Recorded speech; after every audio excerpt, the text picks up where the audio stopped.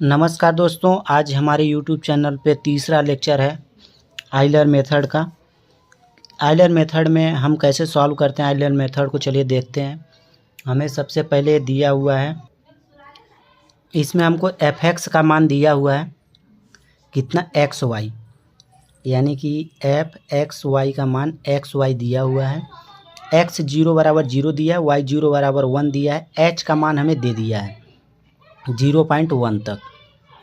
अब इसमें एक चीज़ और हमें दिया है कि हमें y 0.04 तक इसको क्या करना है, सॉल्व करना है।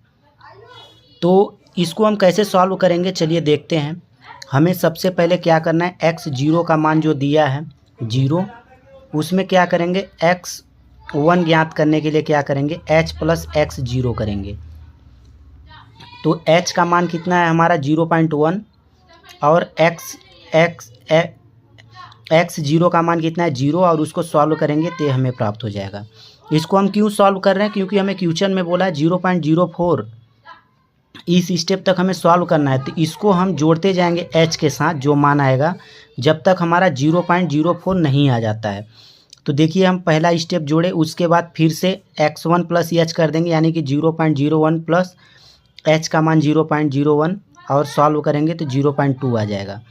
फिर x3 के लिए x2 प्लस h करेंगे और इसको सॉल्व करेंगे तो x 0.03 आ जाएगा। और x4 के लिए x3 यहाँ रखेंगे प्लस h कर देंगे, तो ये हमें क्या हुआ, y का मान प्राप्त हो गया। अब इसको हम क्या करेंगे, देखिए आइलर मेथड में कैसे सेट करते हैं इसको चलिए आगे देखते हैं। तो आइलर मेथड का फार्मूला y1 के लिए होता है y0 plus hf x0 y0। अब x0 y0 तो होता ही है, लेकिन हमें क्या ज्ञात करना है, xy ज्ञात करना है। यानी कि इसको हम क्या करेंगे, x0 गुणते y0 करेंगे। और इसको देखिए, अब y0 का मान 1 है, h का मान आपको पता है 0.1, f x0 y0 यानी कि f x0 y0 यानी कि f x गुणे y। आपको एक क्वेश्चन में f x का मान xy दिया है, यानी कि इसको हमें सॉल्व करना है। तो हमें क्या करना है, x0 और y0 को गुणा कर देना है। तो यहाँ देखिए हमने x0 और y0 को गुणा कर दिया और इसको सॉल्व किया तो हमें y1 का मान प्राप्त हो गया।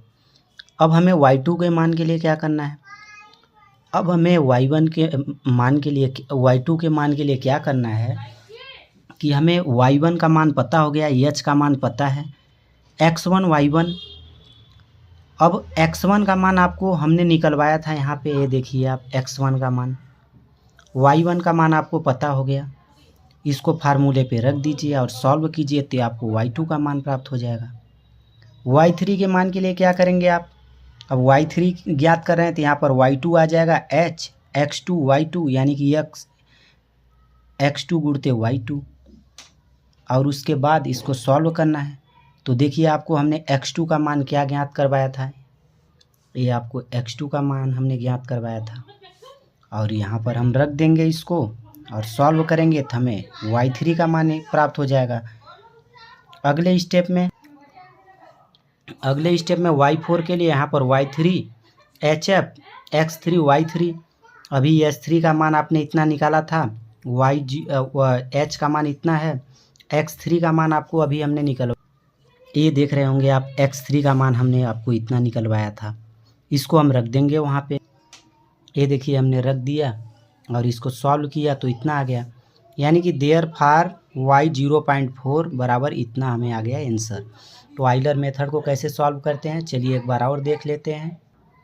हमें क्वेश्चन में ये सब कुछ दिया हुआ है। हम सबसे पहले क्या करेंगे, x1 x2 x3 x4, जब तक ये मान हमें नहीं आ जाता है तब तक हम इसको क्या करेंगे, प्लस करते जाएंगे। h में x0 को जोड़ोगे आप तो h का मान आपको पता है 0.1 प्लस x0 का मान पता है 0, तो ये आपको x1 का मान प्राप्त हो जाएगा। x2 के लिए आप क्या करोगे कि x1 प्लस h कर दोगे, और x3 के लिए x2 प्लस h कर दोगे, x4 के लिए x3 प्लस h कर दोगे। और आइलर मेथड का फार्मूला y1 का ये होता है, y2 का ये होता है, y3 का ये होता है। इसी प्रकार से y4 के लिए यहाँ पर x3 हो जाएगा, hf x3 y3 हो जाएगा। और जो आप मान निकाले हैं उसको रख के सॉल्व करेंगे तो आसानी से सॉल्व हो जाएगा। तो आइलर मेथड को हम इस तरीके से सॉल्व करते हैं।